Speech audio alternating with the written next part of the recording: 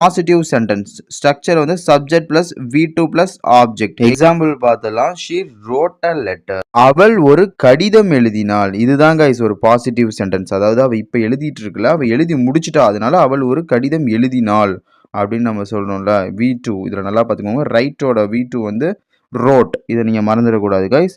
இப்போ நம்ம வந்து செகண்ட் கேட்டகரி வந்து நெகட்டிவ் சென்டென்ஸ். இந்த நெகட்டிவ் சென்டென்ஸ் அப்படின்னா என்னன்னு பார்த்தலாம். சிம்பிள் பாஸ்ட் டென்ஸ்ல வந்து நெகட்டிவ் சென்டென்ஸ் இப்போ பார்க்க போறோம். இதோட ஸ்ட்ரக்சர் வந்து subject plus did not plus V1 plus object. இப்போ இதோட எக்ஸாம்பிள் பார்த்துலாம். He did not go to school. அவன் பள்ளிக்கு செல்லவில்லை. அதாவது பாருங்க, அதுல வந்து ஒரு நெகட்டிவா சொல்றோம். அவன் பள்ளிக்கு செல்லவில்லை. இவ்வளவுதான் கைஸ். இந்த நெகட்டிவ் சென்டென்ஸ் வந்து உங்களுக்கு புரிஞ்சிருக்கும்னு நினைக்கிறேன். இப்போ நம்ம பாசிட்டிவ் முடிச்சிட்டோம், நெகட்டிவ் முடிச்சிட்டோம். இப்போ வந்து நம்ம பாசிட்டிவ் இன்ட்ராகேட்டிவ். அதாவது அவன் பள்ளிக்கு போனான்னு சொன்னால் அது வந்து பாசிட்டிவ், பள்ளிக்கு போகலன்னா அது நெகட்டிவ். இப்போ நம்ம வந்து பாசிட்டிவ் இன்ட்ராகேட்டிவ் பார்த்தலாம். இதோட ஸ்ட்ரக்சர் வந்து did plus subject plus V1 plus object.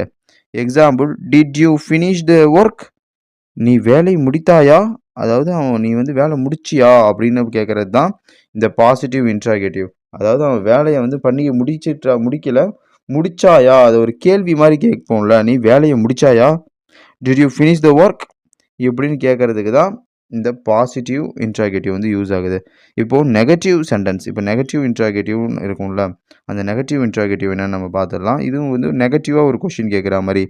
இதோடைய ஸ்ட்ரக்சர் என்னன்னு பார்த்தீங்கன்னா, did not plus subject plus V1 plus object. Did he not call you? அவன் உன்னை அழைக்கவில்லையா? இந்த மாதிரி நெகட்டிவாக ஒரு இன்ட்ராகேட்டிவ் ஒரு கொஷின் கேட்குற மாதிரி. அவன் உன்னை அழைக்கவில்லையா? அவன் உன்னை அழைச்சானா அப்படின்னு கேட்டால் அது வந்து பாசிட்டிவ் இன்ட்ராகேட்டிவ். அவன் உன்னை அழைக்கவில்லையா அப்படின்னு கேட்கறது தான் இந்த நெகட்டிவ் இன்ட்ராகேட்டிவ். இவ்வளோதான்.